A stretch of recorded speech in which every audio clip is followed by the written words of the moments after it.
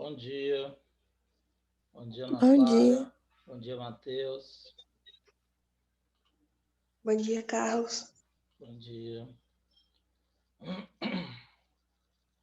Aguardar aqui um pouquinho o pessoal entrar para a gente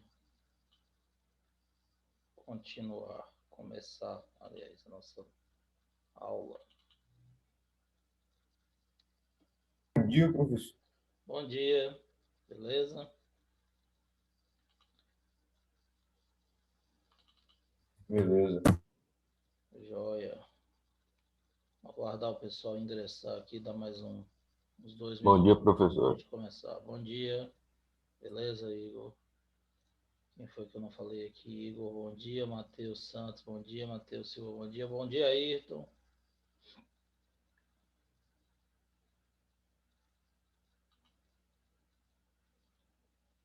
Beleza, vamos esperar mais um minutinho aí que a gente começa.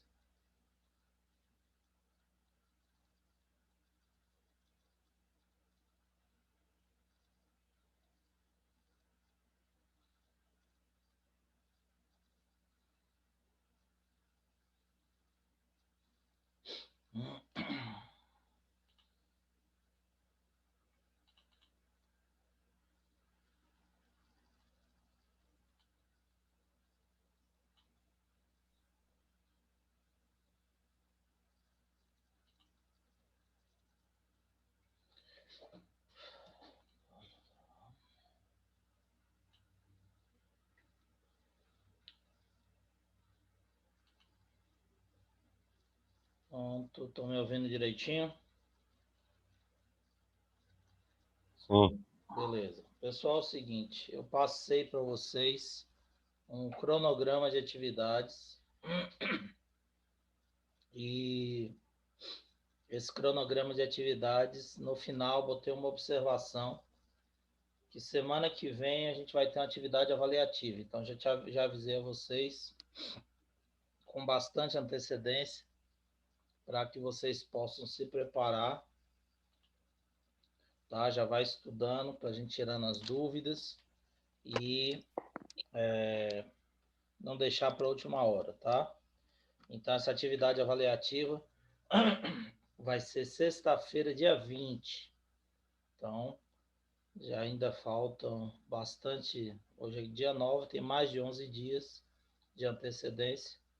Essa atividade vai estar lá no Eclass, tá? É uma lista de exercícios igual as que a gente faz sempre, só que essa é avaliativa. Vocês vão me mandar com os respectivos, com as respectivas respostas, tá? E os cálculos. Essa atividade vai estar lá no CPB Prova. Mas depois eu vou passar as instruções para vocês, tá bom? De que assunto vai ser essa atividade? De hidrostática, ok? Todo o conteúdo de hidrostática que a gente estudou vai fazer parte dessa atividade. Essa atividade que aborda todos os pontos que nós vimos de hidrostática. Então, eu vou passar para vocês a parte final de empuxo, são os exemplos de empuxo, tá? Postei uma lista ontem também de exercícios. Essa lista de exercícios vocês vão me entregar no final da semana. Nós iremos corrigir esses exercícios de empuxo e na seguinte aula aí, na aula de 8h10, 8h20, desculpe, na sequência nós iremos fazer uma revisão geral, tá? Vou falar, rever novamente tudo que a gente falou de empuxo não, desculpa, de hidrostática até empuxo. Ok? Então vai ser uma revisão geral para vocês já irem se preparando para essa atividade aí, avaliativa. Beleza? Bom, então vamos lá. Exemplos de empuxo, certo? Então nós temos aqui alguns exemplos que eu separei para vocês de empuxo, princípio de Arquimedes, que é a parte final de hidrostática. Vou desligar essa câmera aqui, só para melhorar um pouco aí a qualidade da transmissão, mas depois a gente liga novamente. Bom, beleza. Qualquer dúvida, abre o microfone e me falem aí. Primeiro exemplo. Um objeto com massa igual a 10 kg e volume de 0,002 metro cúbico está totalmente imerso num reservatório de água. Determine, letra A, o peso do objeto. Vocês sabem que peso é massa vezes gravidade, certo? Então, peso vai ser a massa, que é 10, vezes a gravidade, que também é 10, já que ele não falou na questão. Você vai considerar sempre a gravidade 10. Então, um peso de 100 newtons. Lembre-se que peso é força, e força é sempre determinada em newtons, ok? Então, 100 newtons vai ser o peso desse objeto. Beleza. Letra B. A intensidade da força de empuxo que a água exerce sobre o objeto. Então, agora você vai determinar o empuxo, tá? Empuxo vai ser densidade, que aqui é ρ, tá? Mas tem autores que pode chamar de D. Isso aí não é problema, depende de autor para autor. Porém, a representação padrão é ρSP grego aqui. Densidade vezes gravidade vezes o volume de líquido deslocado, tá? O volume de líquido deslocado é o mesmo volume do corpo que mergulhou no líquido. Nós vimos lá na aula que dois corpos não podem ocupar o mesmo lugar no espaço. Então, mergulhou um corpo com esse volume de 0,02 metro cúbico, esse é o volume de líquido deslocado. A densidade vai ser do fluido que o corpo está mergulhando. Então, o empuxo vai ser densidade vezes gravidade vezes volume do líquido deslocado. O empuxo vai ser, portanto, ele está mergulhando em que líquido? Na água. Ah, professor, ele não deu a densidade da água. Não precisa. A água você tem que saber de cor. 1 vezes 10 a 3 quilogramas por metro cúbico, certo? Gravidade também não deu. Você sabe que é 10. E o volume de líquido deslocado é o volume do corpo que mergulhou nesse líquido. 2 vezes 10 a menos 3, que é 0,002. É a mesma coisa de pegar 2 e dividir por 1000. Quando você multiplicar aqui, vai cortar 10 a 3 com 10 a menos 3, vai desaparecer. 1 vezes 10 dá 10, vezes 2, 20. Isso quer dizer que o empuxo será de 20 newtons. Então, 20 newtons corresponde à força de empuxo nesse exemplo aí. Beleza? Tranquilo aí? Alguma dúvida até agora? Tranquilo, professor. Beleza, então. Letra C. Peso aparente do objeto quando está imerso na água. O que é isso? Ah, professor, você não falou disso. Falei, só não citei esse termo, tá? O que é o peso aparente? Peso aparente é o que aparentemente o objeto está pesando, está mais leve dentro da água, certo? Então, quando você segura, ainda falei para você, você segura um bebê dentro da água, quando você está mergulhando na água da piscina, você tem a impressão que ele é mais leve do que ele realmente é. Por quê? Porque dentro da água tem um empuxo. O peso puxa a criança para baixo e o empuxo empurra a criança para cima. Então, o peso aparente, o que aparentemente você percebe, é que o peso vai estar menor do que fora da água. Isso acontece por quê? Porque dentro da água você tem duas forças, você tem o peso e o empuxo. Fora da água é só o peso puxando o objeto para baixo. Então, o peso aparente, como é que você vai descobrir? É só você pegar o peso do objeto, peso real do objeto, e diminuir do empuxo que ele está sofrendo dentro da água. Porque o peso puxa o objeto para baixo e o empuxo empurra ele para cima. Então, a diferença dessas forças vai dar o peso aparente, que é a força resultante, certo? Então, o peso aparente vai ser o peso real, que no caso é a massa vezes gravidade, 100 newtons, menos a força de empuxo que está empurrando o objeto para cima. Então, o empuxo você acabou de calcular 20 newtons, 100 menos 20, você tem um peso aparente de 80 newtons. Ou seja, o objeto que pesa 100 newtons dentro da piscina, se ele tivesse volume, você vai ter a impressão, vai sentir um peso aparente de 80 newtons. Vai ser a força que ele vai ser puxado para baixo, porque a água vai estar empurrando ele com 20 newtons para cima. Beleza? Todo mundo entendeu aí? Alguma dúvida?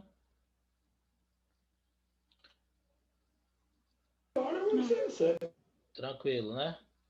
Pessoal, é o seguinte, por que aqui, ó, isso é um exemplo. Eu tô dando tudo separadinho para mostrar para vocês passo a passo.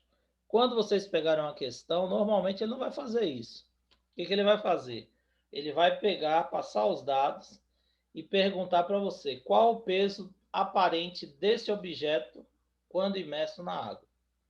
Então, ele já vai fazer a pergunta aqui do item C.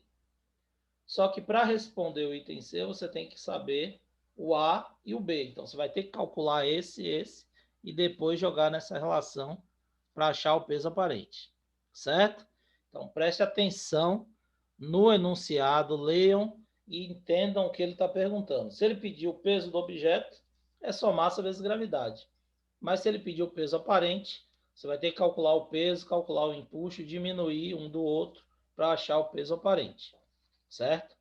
É o que geralmente ele vai perguntar aí para vocês nessas questões envolvendo o empuxo. Beleza? Segundo exemplo diz o seguinte: em um recipiente há um líquido de densidade de 2,56 gramas por centímetro cúbico. Essa é a densidade do líquido que está dentro do recipiente. Dentro do líquido encontra-se um corpo com volume de 1.000 centímetros cúbicos que está totalmente imerso. Qual o empuxo sofrido por esse corpo, considerando a gravidade 10 metros por segundo ao quadrado? Bom, nós falamos que empuxo é densidade vezes gravidade vezes volume do líquido deslocado. Você tem a densidade aqui, tem a gravidade e o volume do corpo, que está dentro do líquido. Dentro do líquido, esse corpo vai deslocar exatamente o volume dele, né? Então, o volume deslocado vai ser o volume do líquido. Como é que a gente vai resolver? Vamos jogar esses dados nas equações. Porém, esses dados têm que estar com a unidade correta, tá? Então, você acha aqui a força, o empuxo, força de empuxo em newtons. Para achar o empuxo em newtons, você tem que ter o volume em metro cúbico, igual eu coloquei aqui em cima, ó, a massa em quilograma, certo? A densidade em quilograma por metro cúbico. Tudo tem que estar no SI. Então, o que vai acontecer? Você vai ter que transformar. O volume foi de 1.000 centímetros cúbicos. 1.000 centímetros cúbicos é igual a 0,001 metro cúbico, ou 1 vezes 10 a menos 3 metros cúbicos, certo? Porque você tem que 1 centímetro cúbico equivale, 1 metro cúbico, aliás, equivale a 1 milhão de centímetros cúbicos. Então, você tem que pegar 1.000 centímetros cúbicos, dividir por 1 milhão, vai dar 1 vezes 10 a menos 3 metros cúbicos, certo? E a densidade, que está em grama por centímetro cúbico, você tem que transformar em quilogramas por metro cúbico. Eu disse que 1 grama por centímetro cúbico equivale a 1.000 quilogramas por metro cúbico. Então, 2,56 gramas por centímetro cúbico multiplica por 1.000, 2,56 vezes 10 a 3 quilogramas por metro cúbico. E a gravidade já está na unidade correta, que é metros por segundo ao quadrado. Então, agora que as unidades estão corretas, é só jogar na fórmula e multiplicar. Empuxo é densidade vezes gravidade vezes volume de líquido deslocado. Aqui ele só inverteu. Densidade, volume e gravidade, tá? Densidade do fluido, volume do fluido deslocado e gravidade, certo? Aqui ele chamou de D e fluido. Aqui chamou de ρ e líquido. Tanto faz. É só questão de representação, tá? Autor para autor. Então, o empuxo Ó, vai ser... professor, Sim, pode falar. Pois não. eu não entendi quando o senhor transformou o De... volume e a densidade. Tá. Então, vamos voltar. Veja bem. O volume, ele tem que estar em metro cúbico, certo? Então, você tem aqui 1.000 centímetros cúbicos. Você tem que transformar para metro cúbico, tá? 1 metro cúbico, você tem 1 milhão de centímetros cúbicos. Tá? Em 1 metro cúbico, você tem 1 milhão de centímetros cúbicos. Então, como é que você vai transformar de centímetro cúbico para metro cúbico? Você tem que dividir por 1 milhão, certo? Para dividir por 1 milhão, você vai pegar, aqui não é 1.000, 1.000 é 10 a 3. 10 a 3 dividido por 10 a 6, certo? Aí você dividir 1.000 por 1 milhão, vai dar 0,001 metro cúbico. Ou 10 a 3 dividido por 10 a 6, você conserva a base e subtrai os expoentes. Vai ficar 3 menos 6, que vai dar 10 a menos 3 metros cúbicos. Que é a mesma coisa, ó. 10 elevado a menos 3 é 1 sobre 1.000. 1 dividido por 1.000 dá 0,01 metro cúbico. Então, o volume, para você transformar de centímetro cúbico para metro cúbico, você vai dividir por 1 milhão. Se for de metro cúbico para centímetro cúbico, multiplica por 1 milhão. Multiplica por 10 a 6. Entendeu o volume? Entendi. E a densidade? A densidade é só multiplicar por 1.000. Por quê? Cada grama por centímetro cúbico equivale a 1.000 quilogramas por metro cúbico. Então, a única coisa que você vai fazer é multiplicar por 1.000. Isso daqui ele só está mostrando como foi feito o cálculo. Não precisa se preocupar com isso. Você já sabe que o parâmetro é 1.000. Então, você vai pegar 2,56 vezes 1.000. Vai dar 2.560 quilogramas por metro cúbico. Ou você bota aqui 2,56 vezes 10 a 3, que é a mesma coisa. 2,56 vezes 1.000, que dá 2.560 quilogramas por metro cúbico. Então, de grama por centímetro cúbico para quilograma por metro cúbico, basta você multiplicar por 1.000, certo? A água, 1 grama por centímetro cúbico. Quanto é que eu coloquei aqui? 1 vezes 10 a 3. Multipliquei por 1.000. 1.000 quilogramas por metro cúbico. Aqui, a mesma coisa. Só que a densidade aqui era 2,56 gramas por centímetro cúbico. Desculpe, eu vou multiplicar por 1.000, fica 2,56 vezes 10 a 3 quilogramas por metro cúbico. Certo? Conseguiu entender agora a transformação? Se tiver mais Certo. alguma dúvida, a gente repete, não tem problema. Entendi. Tá tranquilo, né? Então, gente, o que acontece? Uhum. Agora que eu tenho metro cúbico e quilograma por metro cúbico, eu posso jogar na fórmula e multiplicar. 2,56 vezes 10 a 3, que é a densidade. O volume de líquido deslocado, 0,001, que é 10 a menos 3, vezes 10. 10 a 3 positivo e 10 a menos 3 negativo, vou cortar, vai desaparecer, vai ficar 1, vezes 2,56, que é 2,56, vezes 10, 25,6. 25,6 o quê? Newtons, porque você está calculando força. Força de empuxo. E a força será sempre dada em newtons. Então, o impulso sofrido por esse corpo será de 25,6 newtons. Beleza? Terceiro, dentro da água, as pessoas sentem-se mais leves em virtude da força exercida pela água sobre o corpo imerso. Essa força, descrita pelo princípio de Arquimedes, é denominada empuxo, que a gente acabou de explicar ali no cálculo, né? O peso puxa o objeto para baixo e o empuxo empurra o objeto para cima. Bom, é correto afirmar que a direção do empuxo pode ser horizontal, o empuxo é igual ao peso do corpo, o empuxo é proporcional ao volume de água deslocado do corpo, ou o empuxo será sempre menor do que o peso. O que vocês acham aí? Qual a resposta correta?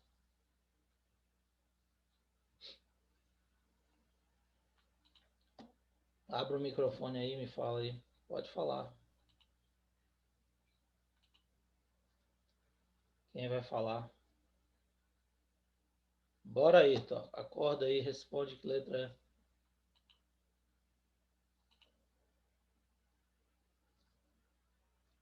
Bora, meu povo, quero ouvir É a você. letra C? Letra C, muito bem, Ana. Isso aí. Letra C. O empuxo é proporcional ao volume de água deslocado. Por quê? Qual foi a fórmula que nós vimos agora de empuxo? Ó, volume, densidade e gravidade. Então, densidade vezes volume vezes gravidade. Então, o empuxo ele é proporcional ao volume de líquido deslocado. No caso aqui é o volume da água deslocada. Portanto, a resposta correta, como a Ana falou, letra C, exatamente a alternativa correta. Beleza? Aqui é praticamente a mesma coisa, só que estou mostrando para vocês que é uma questão de vestibular.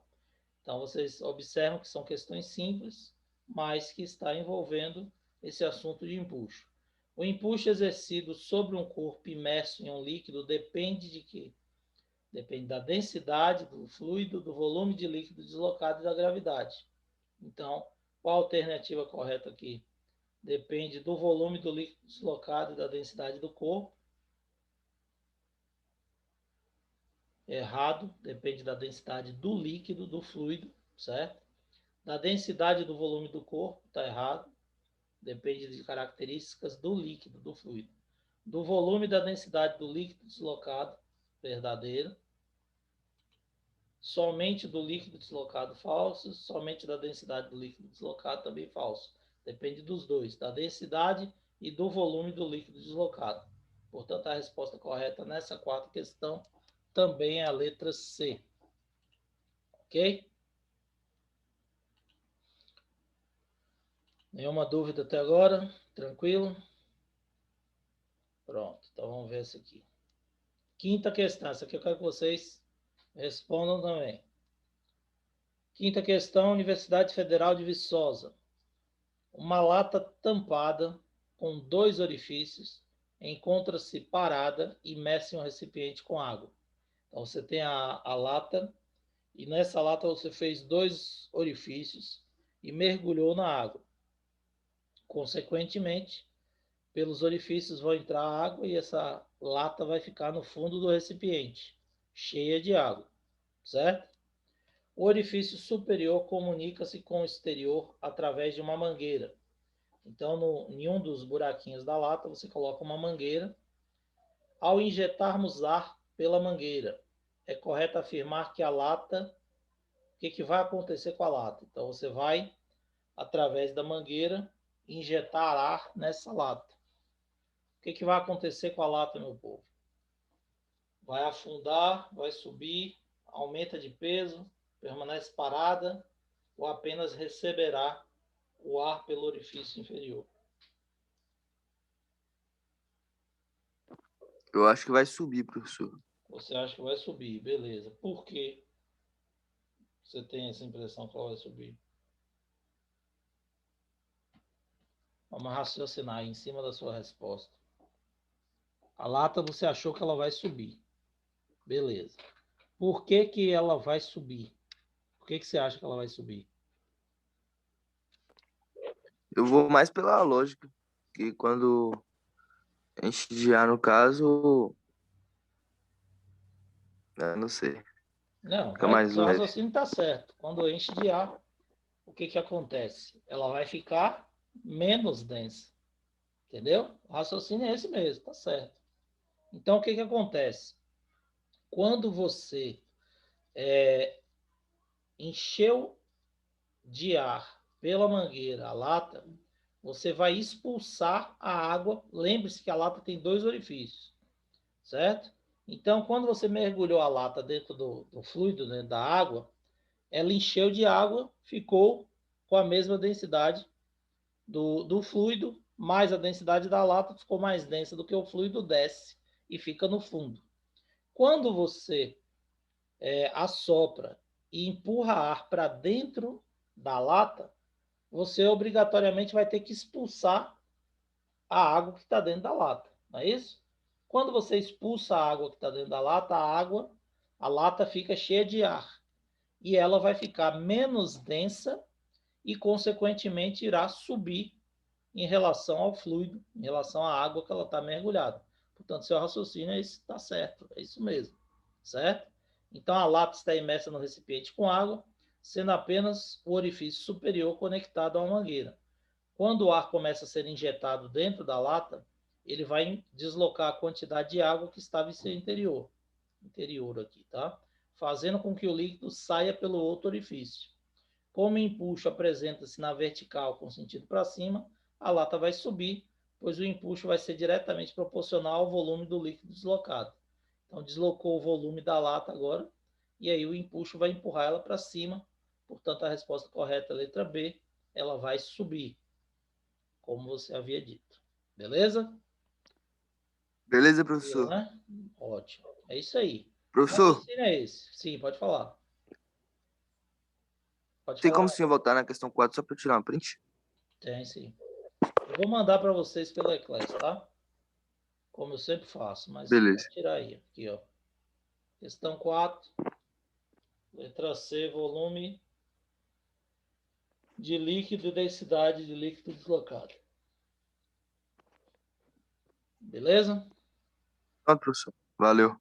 Certo. Eu vou postar lá no Eclass para vocês esses exemplos também, tá? Para vocês estudarem. Bom, assim como nós já falamos, sexto exemplo. Sexto exemplo, você tem a Universidade Federal de Pelotas, Rio Grande do Sul.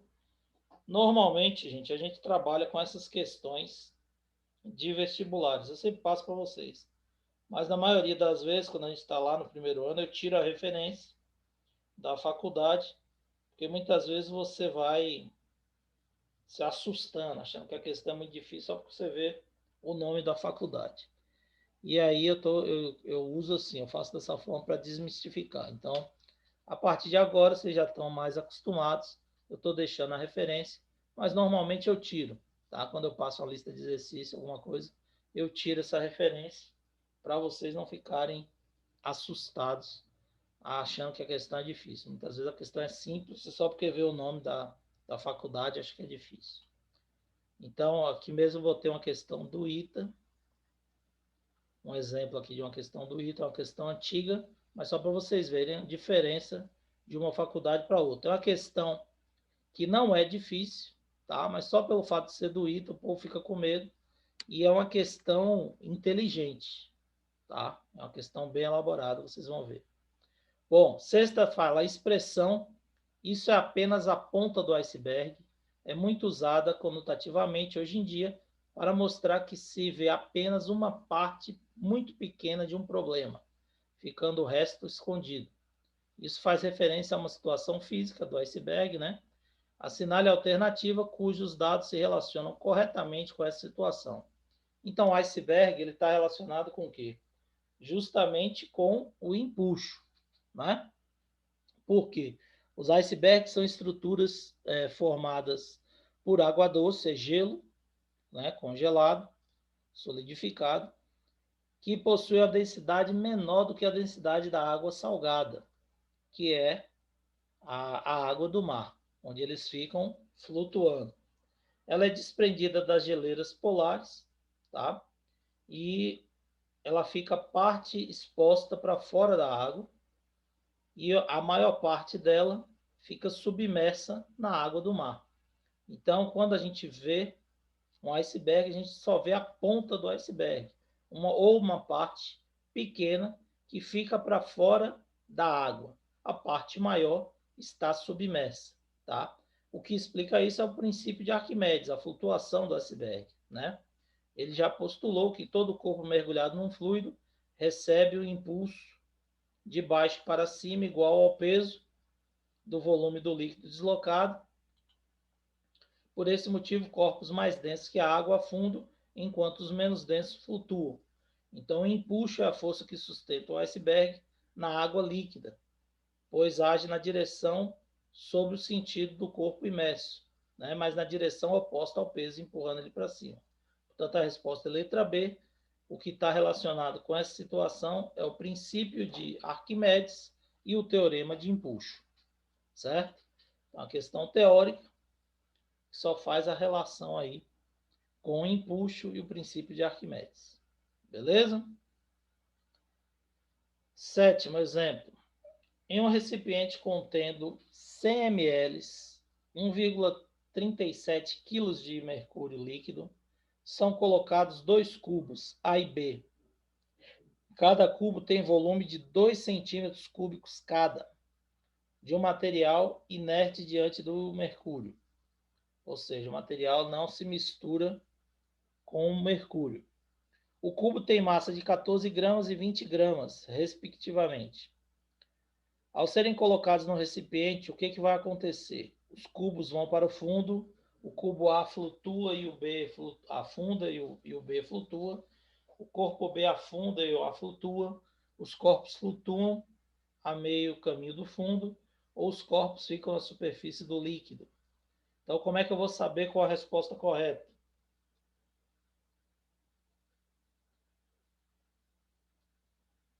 Em segundo ano. Vai determinar a força de empuxo de cada um? Nesse caso, lembra que no finalzinho da aula eu mostrei para vocês condições de flutuação, né? As condições de flutuação dependem justamente do que você falou, da força de empuxo. Quando o peso é maior do que o empuxo, quando é igual ou quando é menor. Porém, existe também aquela relação da densidade. O que afunda num corpo? O que for mais denso do que aquele corpo. Então, o que vai afundar no mercúrio, no fluido, chamado mercúrio? Tudo que for mais denso do que o mercúrio. O que for menos denso do que o mercúrio vai ficar na superfície, vai flutuar. O que tiver a mesma densidade do mercúrio vai ficar imerso nele, mergulhado dentro dele, certo? Então, é mais fácil a gente calcular o empuxo, também dá certo, mas não precisa. Basta a gente ver a relação das densidades, tá? E aí você já vai saber se ele vai flutuar, se ele vai afundar ou se ele vai ficar mergulhado no meio do líquido. Então, como o enunciado apresenta as massas e o volume dos 2 cubos e do mercúrio, a gente pode calcular as respectivas densidades. Quem é a densidade de A? Densidade de A é massa de A sobre volume de A. Densidade de A vai ser quanto? A massa de A, que é 14, dividido pelo volume do cubo, que é 2 centímetros cúbicos. Isso vai dar a densidade de 7 gramas por centímetro cúbico. A densidade de B, desculpe, vai ser a massa de B sobre o volume de B. A massa de B é 20 gramas, o volume de B 2 gramas. A densidade de B vai ser 10 gramas por centímetro cúbico.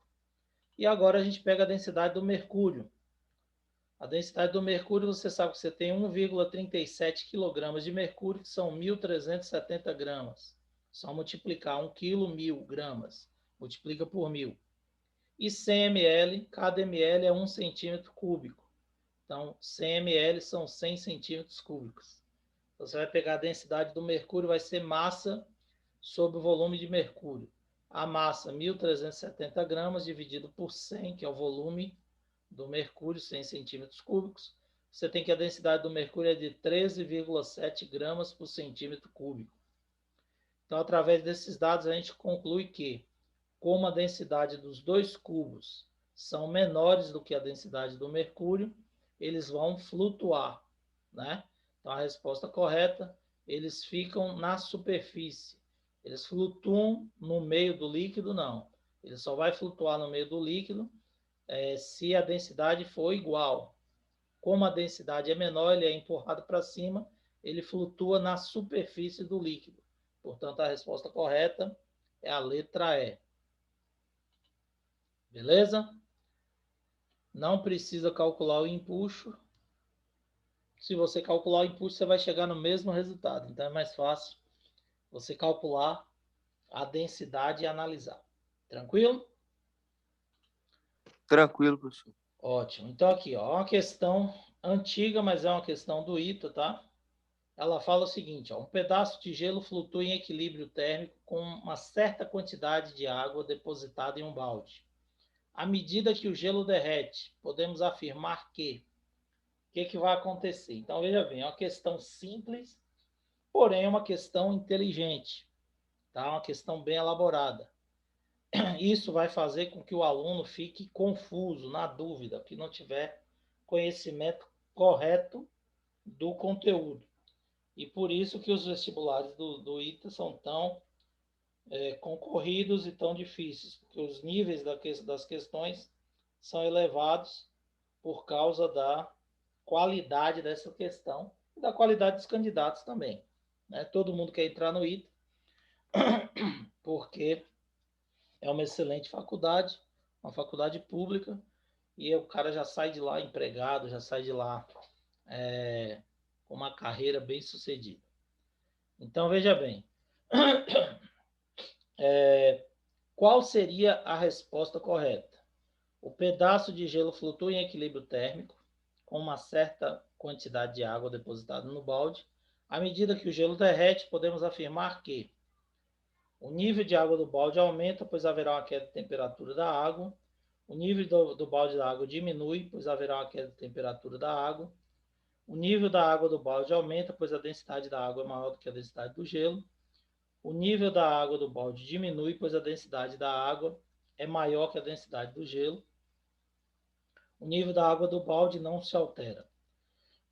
Então, veja bem, boa parte dos alunos que respondem essa questão acha que o nível da água do balde aumenta. Então, fica na dúvida entre a letra C e a letra A, certo?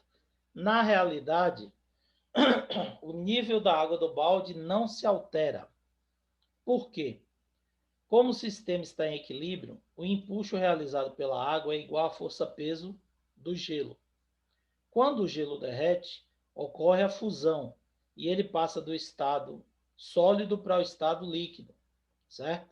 Por isso, a massa de água em estado líquido, que vai ser formada, é exatamente a massa do gelo, certo?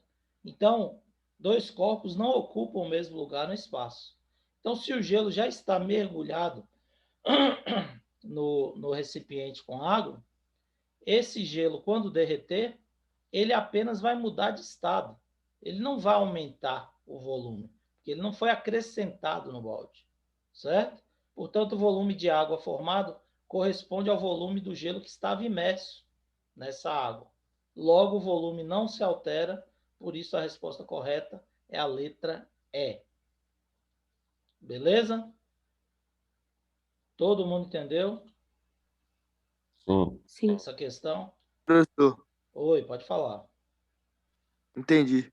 Beleza. Eu, então, não confunda. Observe que é uma questão muito inteligente.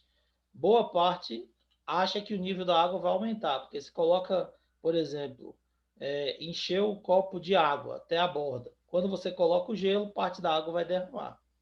Aí a pessoa pressupõe que quando o gelo derreter, vai se formar mais água e o copo também, a água também vai derramar. Mas está errado. Quando você botou o gelo no copo que estava cheio, o volume de água do gelo já foi derramado. Então, se o copo estiver cheio de água com gelo até a borda, quando o gelo derreter, a água continua no nível da borda do copo. Ela não vai gerar mais volume de água e, consequentemente, não vai aumentar o volume dessa água. Beleza? Meus queridos, nosso tempo está acabando, nossa aula vai ser interrompida, mas daqui a pouco a gente volta. Vou mandar o convite para vocês. Está marcando 8 horas, mas 8h20 a gente começa. Beleza? Valeu. Até daqui a pouquinho. Um abraço. Obrigado. Valeu, Até a professor. Já a gente próxima. volta. Tchau, tchau. Ah. Valeu, tchau, tchau.